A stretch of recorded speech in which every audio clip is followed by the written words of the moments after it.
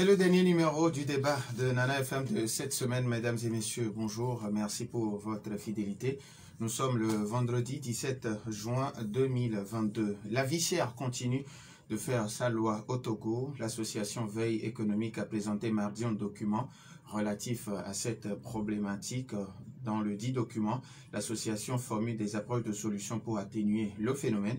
Nous abordons le sujet de vie chère ce matin avec Dr Thomas Dodji Netekoumou. Il est le président de l'association Veille économique. Monsieur Koumou, bonjour. Bonjour, Norbert. Merci d'être là pour répondre aux questions de nos auditeurs. C'est moi qui vous remercie. Alors, ces auditeurs, vous avez donc la possibilité d'intervenir dans ce débat, soit sur la page Facebook de la radio ou via téléphone sur le 91 09 71 71 ou le 96 61 58 58 à partir de 7h35 avec Boris Adakano à la mise en onde. Je suis Norbert Djouradi. Le débat de Nana FM, c'est parti.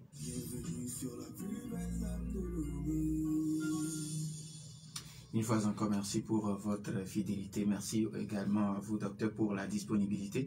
Quand on évoque aujourd'hui la crise de vie chère au Togo, vous l'aviez prédit entre-temps que si rien n'est fait, la famine peut survenir à tout moment.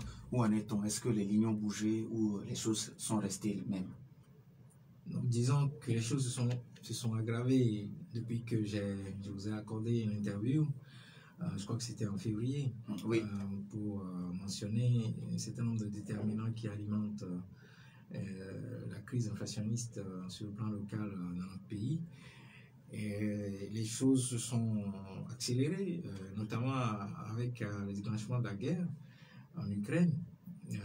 Je précise que ce n'est pas la guerre en Ukraine qui est la source de cette crise inflationniste. Cette crise inflationniste est née depuis le milieu de l'année 2020.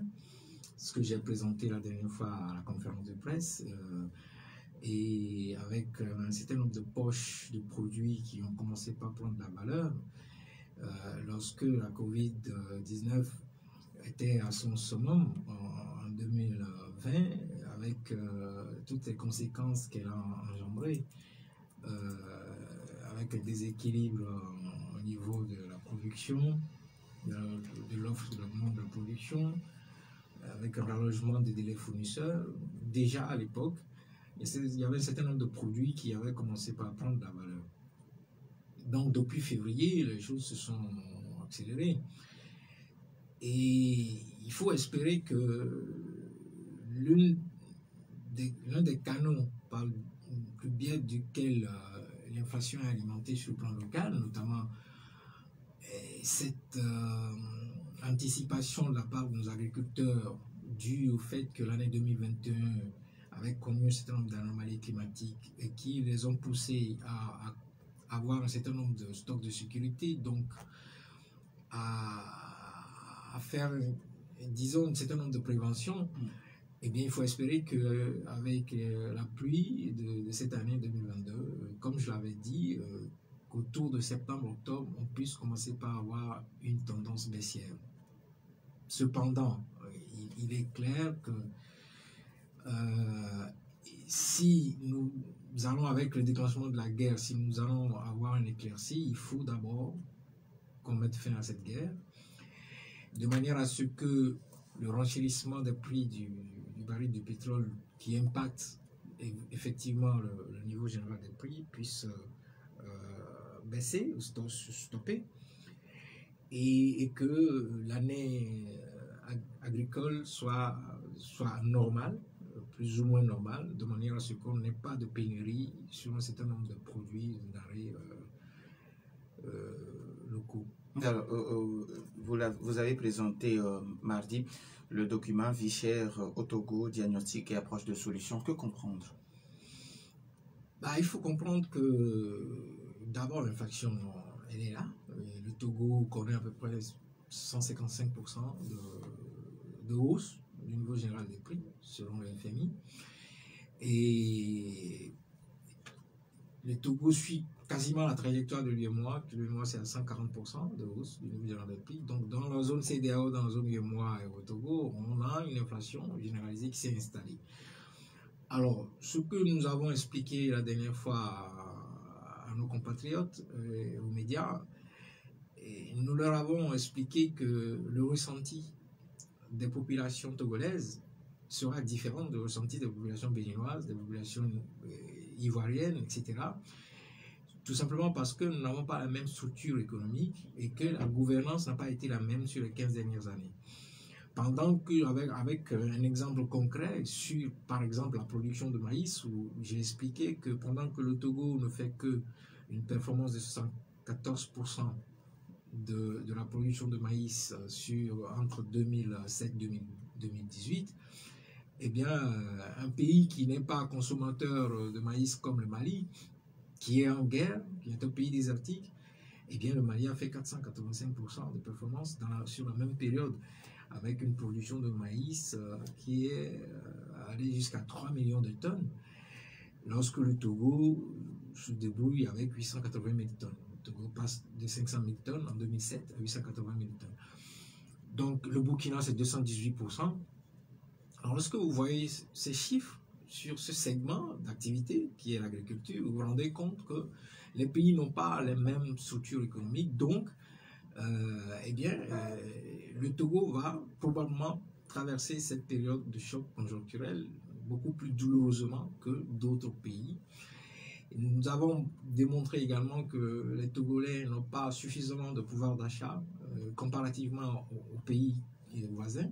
Le Togo est à 1 662 $ de revenus, ce que nous appelons le revenu par habitant par an, PPA, c'est-à-dire parité de pouvoir d'achat, ce qui représente à peu près 76 000 francs par mois de revenus par habitant. Et dans le même temps, vous avez le Bénin qui est à 156 000 francs CFA par mois de revenus par habitant.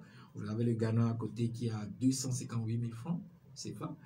Et vous avez par exemple le Cap-Vert qui nous a battu la dernière fois 2-0, le Cap-Vert qui, dans la zone CEDEAO, a le revenu par habitant le plus élevé qui est à 342 000 francs CFA par mois par habitant. Sans citer la Côte d'Ivoire qui a plus de 5 000 $, le Nigeria a plus de 5 000 $, etc. Et donc, pour prouver que dans cette situation difficile, eh bien, les Togolais, en tout cas, n'ont pas suffisamment de pouvoir d'achat pour pouvoir traverser cette période douloureuse. Alors, nous avons plusieurs programmes. Quand vous parlez de l'agriculture, par exemple, où le Mali nous a dépassé, nous avons beaucoup de programmes. Est-ce que c'est parce que ces programmes ne sont pas bien gérés, parce qu'il y avait le PENIASA, le PENIASAN, il y a beaucoup de programmes par rapport à l'agriculture? Oui, bien sûr, c'est parce que ça n'a pas été bien géré. Il y a eu une très mauvaise gouvernance dans le secteur agricole où 539 milliards ont été injectés en termes d'allocation budgétaire depuis 2009. Entre 2009 et 2022, c'est 539 milliards. Mais malheureusement, lorsque vous voyez les performances, vous vous rendez compte que dans la zone UEMOA, par exemple, le Togo n'a fait qu'une performance de 57% de production agricole. Alors que dans le même temps, vous avez la Côte d'Ivoire qui a 107%, le Bénin à 87% de performance agricole, vous avez le Mali qui a 164% de performance agricole, le Niger 138%, et nous n'avons fait que 57% entre 2009 entre 2007 et 2018. Donc, les ressources qui ont été allouées dans ce cas-là n'ont pas permis d'aboutir à des résultats probants. Ça, c'est clair. Ce n'est pas uniquement la filière du maïs, mais j'aurais pu choisir la filière de tubercules, manioc, igname, etc. Toutes ces filières, eh bien, le Togo est, je dirais, bon dernier dans les 6 majeurs, c'est-à-dire le Bénin, le Burkina, la Côte d'Ivoire, le Mali, le Niger, le Sénégal. Nous avons réalisé la plus faible performance en termes de l'agriculture, par exemple. Bon, nous avons également mentionné la posture budgétaire actuelle, où un certain nombre de nos compatriotes n'arrivent pas à comprendre les hésitations des gouvernants face à cette crise inflationniste, les mesures qui ont été prises qui semblent être inadaptées à la situation, en tout cas qui ne répondent pas véritablement à la situation pour améliorer les conditions de vie de nos compatriotes. Et pour expliquer cela, nous avons présenté la posture budgétaire actuelle du pays en expliquant que l'une des causes lointaines qui fait que nous avons des difficultés budgétaires aujourd'hui, c'est entre autres l'endettement. Nous avons un endettement qui a considérablement progressé entre 2010 et 2022. Nous sommes à 2700 milliards de dettes publiques. Nous sommes le 4e pays le plus endetté de la CEDEAO, derrière le Ghana, la Guinée-Bissau et puis le Sénégal. Et en 2022, par exemple, dans le budget 2022, ce qui a été alloué en termes budgétaires pour payer les intérêts de la dette du pays, c'est 124 milliards. Et les remboursements sont à une hauteur de 439 milliards. Lorsque vous ajoutez ces deux chiffres, vous vous rendez compte, nous sommes, ce que nous appelons le service de la dette, nous sommes à plus de 550 milliards. Et en soustrayant ces 550 milliards des ressources propres du pays, c'est-à-dire recettes fiscales, recettes non fiscales, nous sommes à un reliquat de 299 milliards. Alors qu'il faut payer les salaires des fonctionnaires qui représentent sur le budget 2022 annuellement, qui représentent 253 milliards. Et il faut faire fonctionner l'État, mettre du carburant dans les véhicules de patrouille de la police, de la gendarmerie, des militaires, etc.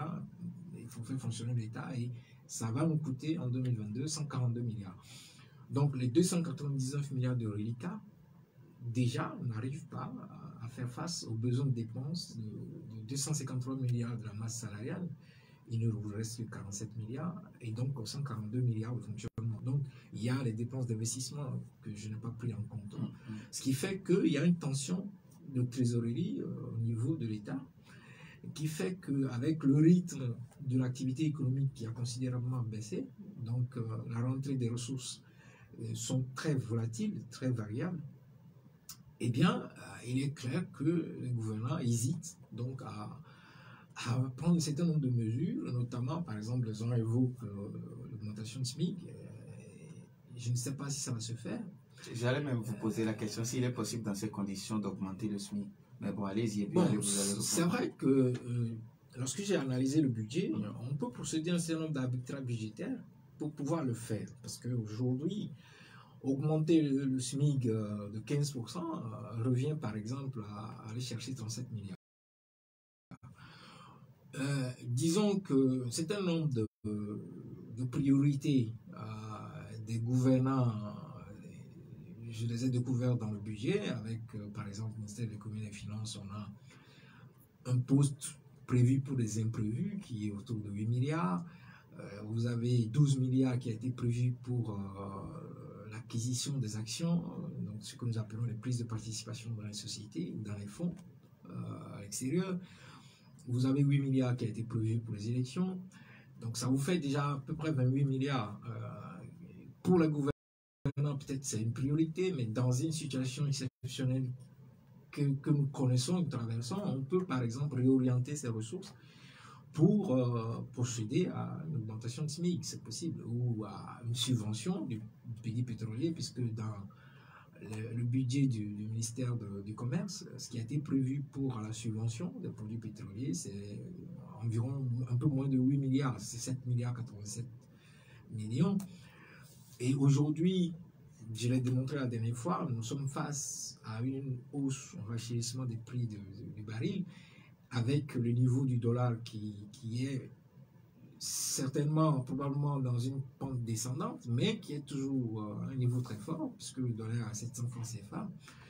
Nous subissons donc globalement, en janvier jusqu'en avril, nous avons subi en moyenne un coût additionnel d'approvisionnement de produits pétroliers qui tourne autour de 13-15 milliards.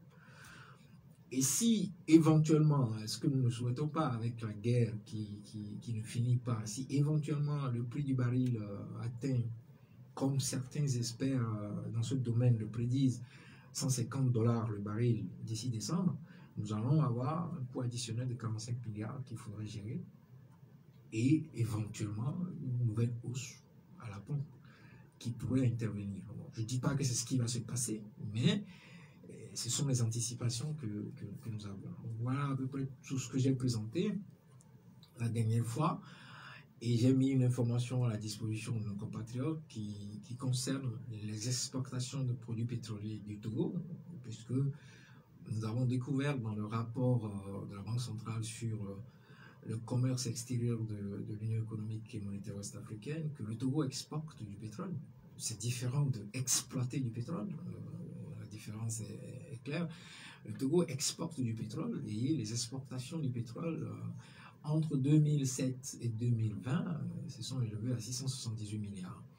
Donc, lors de la conférence de presse, nous avons interpellé les gouvernants pour qu'ils nous expliquent qui exporte ce pétrole. Est-ce que c'est le gouvernement? Est-ce que c'est une entreprise privée? Quel groupe exporte ce pétrole jusqu'à cette hauteur-là, le montant de 678 milliards, et qui nous explique vraiment et si ça s'apparente à du blanchiment d'argent ou de l'évasion fiscale. Il faut absolument qu'ils nous expliquent cette exploitation de pétrole qui se fait dans le pays. Alors, il est sur la page Facebook de Nana FM à côté Concret qui écrit « Pourquoi nos dirigeants ne peuvent pas promouvoir l'autosuffisance alimentaire en investissant plus dans le domaine agricole de manière à mettre à la portée des paysans des intrants agricoles gratuitement, étant donné que ce sont des produits qui permettent de faire des intrants sont sous nos sous-sols ?» Je lui répondrai que nous avons constaté avec les chiffres à l'appui que les gouvernants ont fait un choix. Parce que ce n'est pas de la coïncidence lorsqu'on se rend compte que le budget des travaux publics est de façon générale plus élevé que le budget de l'agriculture. Nous avons 117 milliards en 2022 pour les travaux publics, et 44 milliards pour l'agriculture. On nous parle de PIB qui est évalué à 63 milliards, mais c'est sur la base de l'assistance extérieure. Alors, lorsque nous avons étudié notre budget sur les 14 dernières années, entre 2009 et 2022, ce que nous avons constaté, c'est que l'ensemble des ressources que les gouvernants ont mis dans les infrastructures et travaux publics représente plus de 2000 milliards de francs CFA, pendant que les ressources allouées à l'agriculture ne représentent que 539 milliards. Donc, j'ai constaté que c'est un choix délibéré que les gouvernants ont fait. Et je donnais un exemple la dernière fois lors d'une présentation à l'OCDI avec l'Église catholique, où je disais que si on vous laisse le choix entre refaire le boulevard circulaire qui a été refait au début de, je crois, 2006-2007, avec 15 milliards, ou on vous dit d'élargir la surface agricole de notre cacao, de l'élargir de 25 000 hectares avec les 15 milliards et planter des cacaoyers qui vont vous produire du cacao 4 ans plus tard, et sur lequel vous allez indexer par exemple 1% ou 2% de taxes à l'exploitation qui vous permettra de rénover le boulevard circulaire. Celui qui aura fait le choix, comme nous l'avons fait, en utilisant ces milliards pour rénover le bois circulaire, au lieu de planter des cacao, eh bien celui-là, aujourd'hui, face à un choc structurel ou conjoncturel que nous traversons, eh bien, va souffrir. Puisque, au-delà de tout, la route ne produit pas de la tomate ou du cacao. Il faut...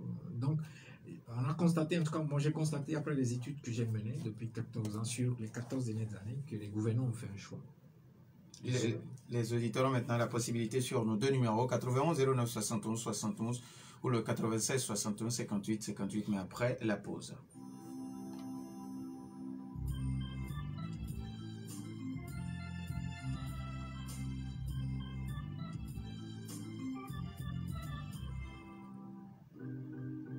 Savez-vous que vous pouvez faire des études supérieures de qualité comme en France et obtenir un diplôme français tout en étant à Lomé? C'est vrai, exactement, et c'est enfin possible à ESAM. École supérieure d'audit et de management est pleinement à votre disposition et accompagne les jeunes et étudiants à réaliser leurs rêves en leur offrant la formation LMD délocalisée, en leur donnant une ouverture d'esprit de compétition à l'international pour développer librement la passion de l'excellence. ESAM dispose des filières en expertise comptable, droit privé et public, droit des affaires et des collectivités territoriales, comptabilité, contrôle et audit. Choisir ESAM, c'est garantir l'avenir de vos enfants. ESAM est situé sur l'avenue Nicolas Kolinski, près de l'ancien hôtel de ville de Lomé. Avec ESAM, c'est 100% d'employabilité. Contact 22 21 16 16 90 18 05 50. ESAM, la passion de l'excellence.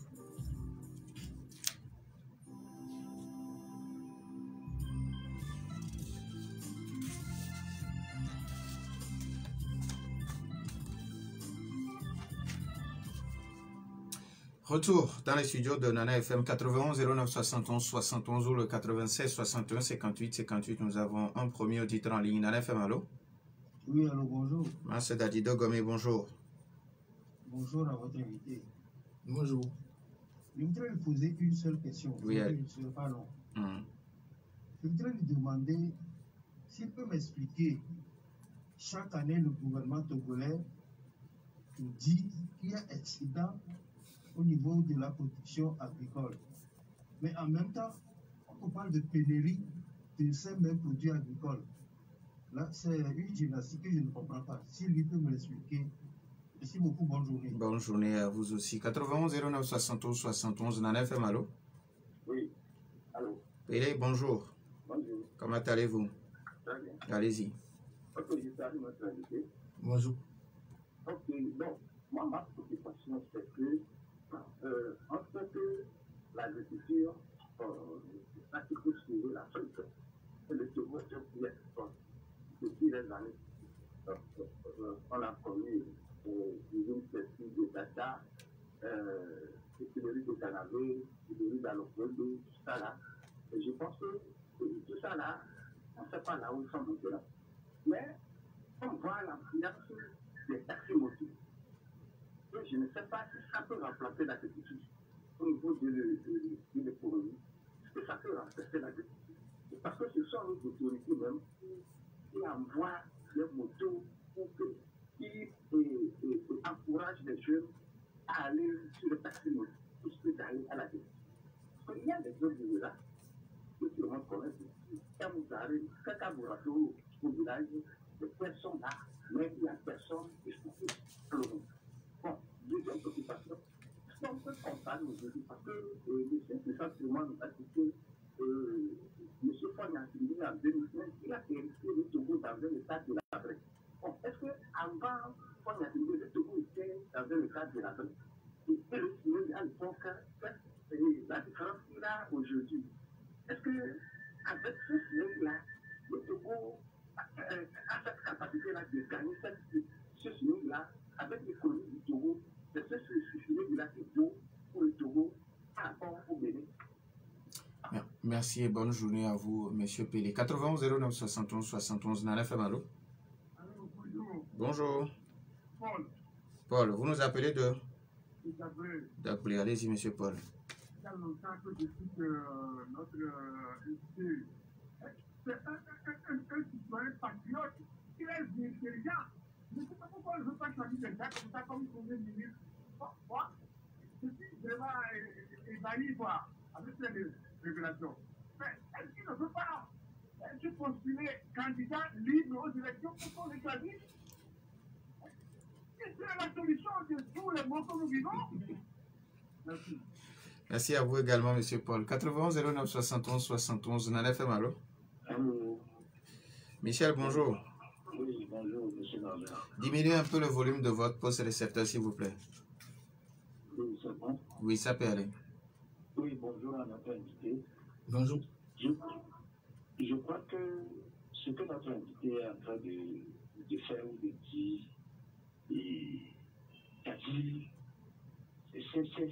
c'est tellement naturel que tu ne peux pas comprendre pourquoi nos gouvernants ne prennent pas cette posture. Et par exemple, vous avez vu dans l'agriculture, des Niaga, Passar, tout ça là, sont passés et que le programme ne fonctionne pas. Et il a bien dit qu'ils ont choisi délibérément d'adopter des choix, des positions agricoles. Mais je l'ai toujours dit, nos gouvernants sont encore des opérateurs économiques. Et ce qui fait qu'il y a conflit d'intérêts. Donc, ce qui ne va pas les arranger, ils ne choisiront pas, ils ne vont pas aller vers ça. Et vous voyez, le problème du Togo, c'est la gestion et la transparence et l'impunité à outrance. Parce que si un ministre veut travailler bien même, mais vous allez voir au prochain remaniement, il ne sera plus là. Et des fois même, on fait tout pour le mettre les bâtons dans les roues pour qu'il ne puisse pas agir. Parce que ça se passe comme si le chef de l'État même est complice de la situation. Puisqu'il n'arrive pas à agir. Normalement, quand il y a des choses qui se passent comme ça, mais il faut sévir, il faut mettre des ministres à la touche, il faut, même si c'est, comment on appelle, faire un état de vie et que les gens doivent être envoyés en prison, qu'il aille en prison pour servir des gens pour eux. Merci beaucoup, Michel. Moi, je pense que le Togo, on a besoin vraiment d'être dirigeants patriotes. Merci beaucoup, Michel. 91 09 71 71, Nana FM, allô? Bonjour, Nobel. Monsieur Gado, bonjour. Bonjour. Bonjour. Vous savez, monsieur, ne vous fatiguez pas. Faites des propositions, allez aussi à la prison. Même si ne vous critiquez pas, continuez à le faire. Parce que les gens qui sont autour du chef de l'État ne veulent pas. Continuez. Ne vous fatiguez pas. Parce qu'on a besoin de gens comme ça pour sauver le pays. Merci. Merci et bonne journée à vous aussi. On prend le tout dernier auditeur. Ok.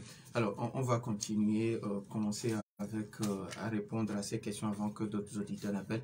Moi, c'est Dadido Gomé qui demande comment vous expliquer que chaque année, le ministre en charge de l'agriculture, nous avons un auditeur. Ok, Nana FM, allô? Allô? Papa Sibiti, bonjour. Bonjour, mon directeur. Comment allez-vous? Papa, bonjour, ça ne va pas. Bonjour, le président. Bonjour, Papa Sibiti.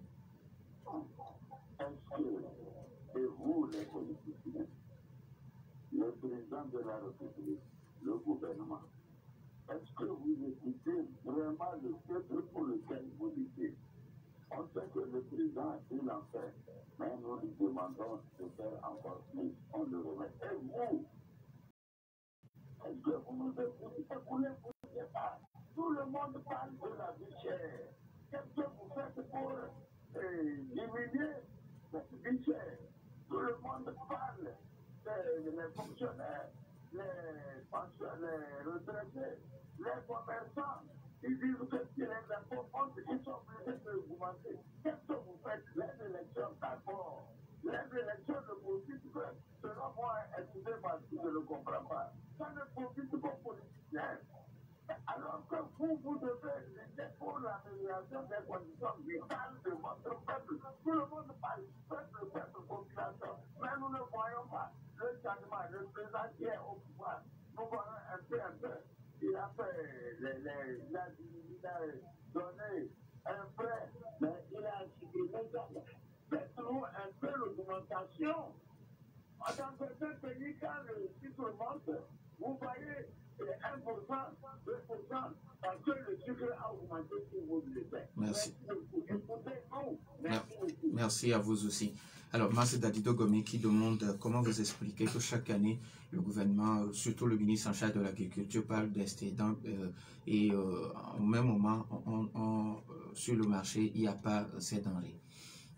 Avant de répondre, je voudrais expliquer rapidement un concept, ce que j'appelle l'effet boule de neige qui est apparu dans cette crise inflationniste, où on se rend compte qu'une vendeuse d'Adémé, on ne s'explique pas pourquoi elle augmente le prix de l'Adémé. En réalité, c'est parce que c'est juste ce que nous appelons un instinct de survie, parce qu'elle voit au jour le jour que sa marge bénéficiaire n'arrive plus à lui permettre de se nourrir ou de nourrir sa famille. Donc à partir de ce moment-là, pour conserver son niveau de pouvoir d'achat, cette marge bénéficiaire, elle est obligée, elle aussi, d'augmenter le prix de la DME. De la même manière, on peut expliquer une augmentation, par exemple, du prix du rosaire vendu par les catholiques, etc. Tout juste parce que tout le monde voit dans cette situation que sa marge bénéficiaire est en train de s'éroder. Alors, pour répondre à Max, je dirais que il faut qu'il comprenne que pour calculer un excédent, il faut faire la différence entre la production disponible et le besoin. Donc si vous n'évaluez pas très bien le besoin, vous aurez l'impression que vous avez un excédent. J'ai même écrit un document là-dessus, je vais le publier, ce n'est pas encore le moment, mais je vais le publier, j'ai fini d'écrire un document sur cette histoire d'excédent agricole. Le problème, c'est qu'on a l'impression que nos gouvernants, en tout cas ceux qui publient ces statistiques, eh bien, n'évaluent pas très bien le niveau de besoin. Donc, si vous amenuisez le niveau du besoin par rapport à la production disponible, vous aurez un excédent. Mais si vous évaluez correctement le besoin de consommation du riz, du maïs, du mil de sorgho dans le pays, les besoins réels, par rapport à la production, vous vous rendrez compte qu'en réalité, il n'y a pas d'excédent. Donc, c'est juste une question de capacité d'évaluation à la fois de la production disponible et des besoins de consommation. Alors, Pelé qui dit qu'au lieu d'envoyer les jeunes dans les champs, les jeunes qui ont encore la capacité dans les champs, on crée plutôt des sociétés de taxi-moto ou Zemidion. Oui, on constate que c'est un choix des gouvernants qui ont décidé, au lieu de motiver la jeunesse, au lieu de permettre à la jeunesse d'avoir envie d'aller vers la terre, eh bien, ils préfèrent promouvoir tout ce qui est mototaxi. Donc, c'est un choix. Je trouve que c'est un choix parce que si c'est fait peut-être une année ou deux ans, on pourrait parler de coïncidence, mais sur une durée de 10 ans, on peut considérer que c'est un choix délibéré. Alors, Paul de Jack qui demande pourquoi vous ne vous présentez pas en tant que... Je ne vais pas répondre à cette question. Alors, Michel qui dit que nos gouvernants, parce que l'agriculture ne se développe pas, parce qu'on ne développe pas autant l'agriculture, parce que nos gouvernants sont ce qu'il appelle des opérateurs économiques. Ce qui est clair, c'est ce que j'ai dit après une étude sur les 14 dernières années. J'ai constaté que, eh bien, on a plus de priorités pour un certain nombre de segments, ou certainement pour des possibilités d'enrichissement d'un certain nombre de turiféraires qui gravitent autour de la gouvernance. Eh bien, on investit des centaines de milliards dans les travaux publics. Alors même que le Togo est un pays pauvre, considéré comme pays à faible revenu. Et j'ai même dit dans les approches de solutions de long terme qu'il faut qu'on arrête de gouverner le Togo comme on gouverne un pays riche. C'est-à-dire que lorsque vous voyez le comportement de nos gouvernants, leur choix de politique publique, vous vous rendez compte qu'en réalité, ils agissent comme s'ils gouvernaient un pays qui est riche. Lorsque vous décidez, par exemple, de vous débarrasser de tout ce qui est banque publique, et de les privatiser, eh bien, vous considérez que le Togo est déjà un pays riche.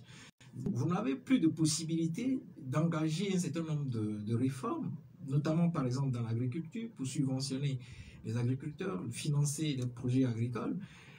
À bas coût, vous ne pouvez plus le faire puisque l'ensemble de vos banques, vous les avez privatisées.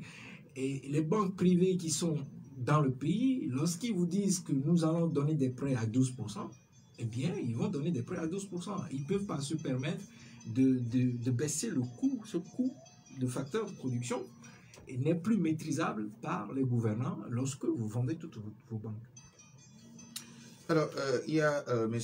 Gado qui demande pourquoi vous ne faites pas vos propositions directement à la présidence. Parce que selon lui, ceux qui travaillent avec le président n'ont pas la bonne foi. Donc, lui propose que vous alliez vous-même à la présidence pour voir le président en personne. Je crois que nos compatriotes ne doivent pas faire ce genre de propositions. Moi, je suis un président d'une association. À moins que je suis directement invité par une autorité, moi-même, je ne peux pas me permettre d'aller à la présidence. Et je rappelle, et je l'ai toujours dit à nos compatriotes, que son Excellence le Président de la République est au courant de tout. Absolument tout ce qui se passe dans le pays.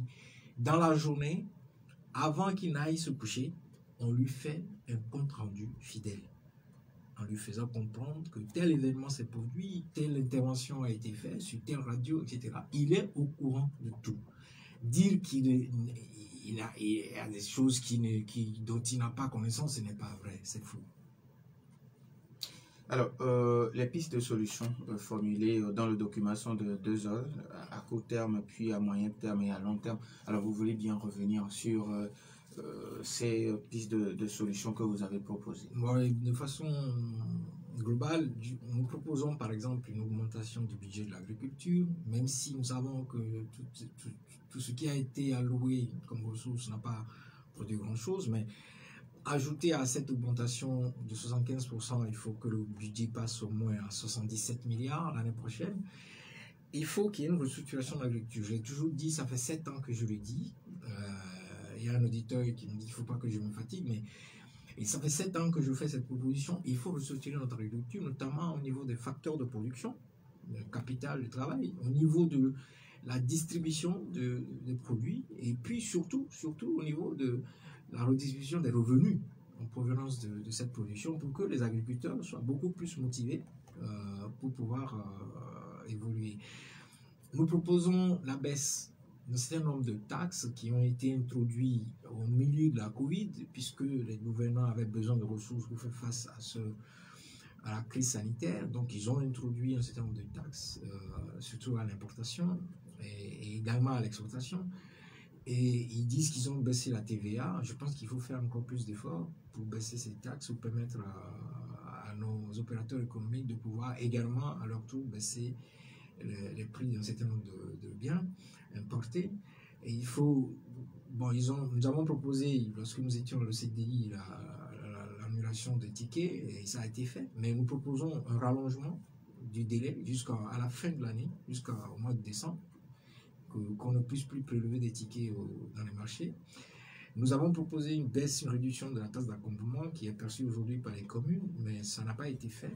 Je pense que raisonnablement, il faut le faire parce que notre économie repose essentiellement sur l'informel et nos frères et nos sœurs qui vendent au bord des routes, qui sont dans les cafetières, etc.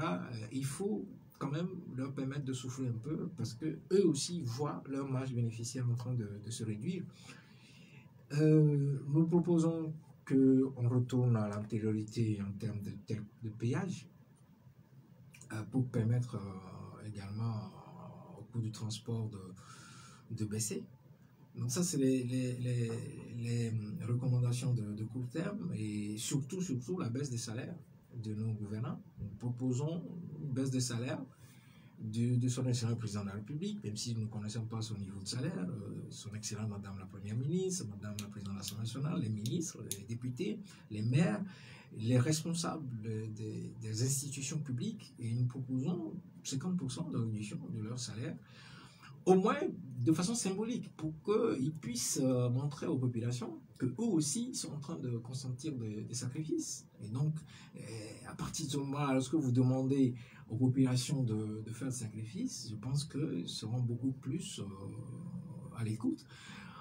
Sur le moyen et long terme, il est clair qu'il y a un certain nombre de décisions qui sont en train d'être prises, notamment, par exemple, nous ne continuons pas à alimenter notre dette, ce qui sera préjudiciable pour le futur. Donc, nous proposons pour le moyen et long terme, par exemple, qu'on continue la lutte implacable contre la corruption, qu'il y ait une inversion des priorités. Donc, nous sommes dans une situation difficile, dans une période compliquée, et nous ne pouvons plus continuer, par exemple, par construire des routes, alors que ces routes ne produisent pas de produits agricoles. Il faut revoir les priorités, les inverser, arrêter de diriger le Togo comme si le Togo était un pays riche.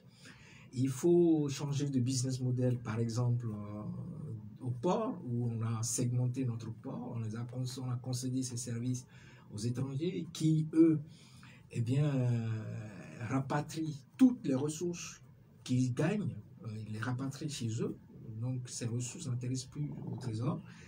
Nous proposons qu'il y ait un changement de business model dans le secteur minier et puis dans le secteur bancaire où il ne faut pas se débarrasser de toutes les banques parce que nous aurons à faire face à d'autres difficultés comme nous l'avons eu pour le blé, où la société des Grands Moulins n'appartient plus au pays. Donc, si le ministre veut négocier la baisse de prix, il est obligé de discuter, alors que si cette société était à 100% togolais, je pense que ça aurait été fait rapidement. Donc, voilà à peu près toutes nos propositions. Et nous espérons que les gouvernants vont nous écouter et prendre des mesures nécessaires pour améliorer les conditions de vie de nos compatriotes et nous permettre de traverser cette période difficile le moins douloureusement possible. Alors, il y a un auditeur qui demande, est-ce que vous êtes sûr qu'aujourd'hui que le fait d'annuler pour le moment les frais de ticket, est-ce que ça peut changer quelque chose En tout cas, ça encourage, ça encourage et je l'ai dit, tout le monde est en train de voir se réduire considérablement sa marge bénéficiaire, y compris nos moments qui vendent dans les marchés. Donc, on a l'impression que c'est très faible, mais bon, vous savez, et surtout, j'oubliais, nous avons proposé l'annulation des élections régionales, l'annulation pure et simple des élections régionales. C'est inutile, ça va engendrer d'autres dépenses. Annuler les élections régionales, c'est faire une économie potentielle de 12 milliards et une économie permanente de 4 à 5 milliards de charges ultérieures. Donc, pour nous, aujourd'hui, avoir un Sénat pour le Togo, c'est vraiment du luxe, c'est inutile. Ça ne produira rien du tout en termes de valeur ajoutée. Ces messieurs et ces dames, sénateurs ou sénatrices, iront juste dormir, ne produiront rien du tout et percevoir des salaires. Et puis un certain nombre de charges de déplacement, de carburant, etc. Donc il faut absolument que les gouvernants reviennent sur ça et annulent, pour l'instant en tout cas, peut-être dans un horizon temporel de 3 à 5 ans, annulent les élections régionales. Bon. Donc pour revenir sur la question de l'auditeur,